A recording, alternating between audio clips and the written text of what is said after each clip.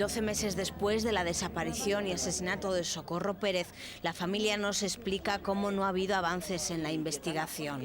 Todo exixir ás autoridades políticas e as forzas e corpos de seguridade do Estado de que, por favor, que esta tortura que estamos sometidos os familiares e os amigos se acabe e que podan localizar o asesino ou asesinos da miña curmán, porque isto realmente foi un ano moi difícil, moi duro, e nunca pensamos que unha vez que ocorreron os feitos tardásemos un ano e estemos ao día de hoxe como se fose o primer minuto.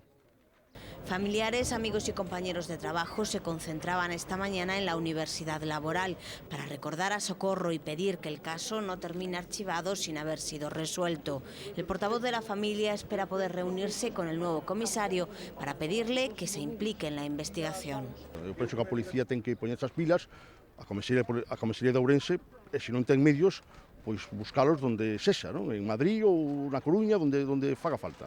O que pedimos non é venganza, sino xusticia e que se esclarezca cuanto antes este atroz crimen, asesinato, como lle queremos chamar, porque é que non archiven nun caixón dun despacho o caso, que sigan traballando, é o que pedimos, sobre todo, xusticia.